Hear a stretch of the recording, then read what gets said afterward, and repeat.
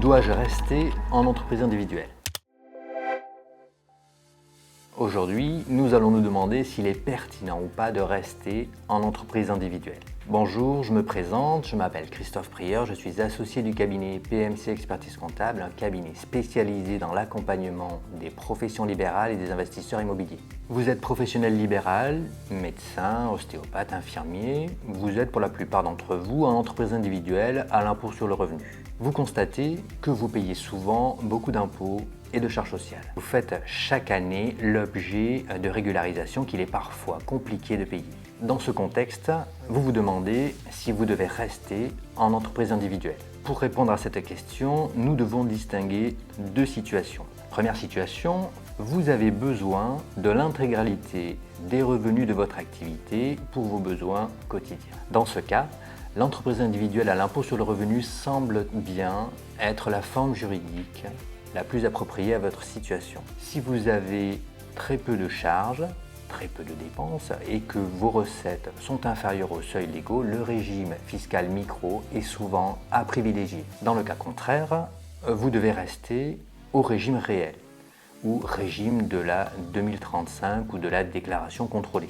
Deuxième situation, vous n'avez pas besoin de l'intégralité des revenus de votre activité pour vos besoins quotidiens. Vous pouvez et vous souhaitez contenir votre rémunération. Dans ce cas, vous pouvez soit rester en entreprise individuelle, mais en optant pour l'impôt sur les sociétés.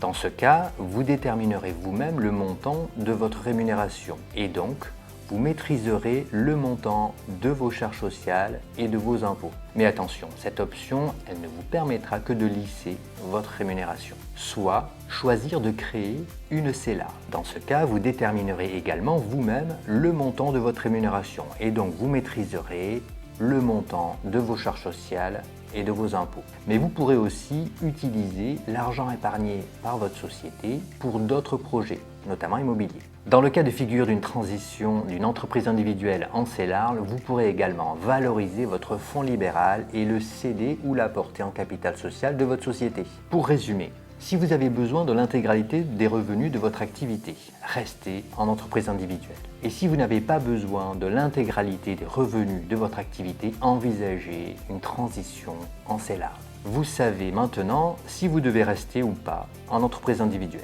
Si vous avez des questions sur ce sujet, n'hésitez pas à nous contacter. N'hésitez pas non plus à partager votre expérience en commentaire de cette vidéo.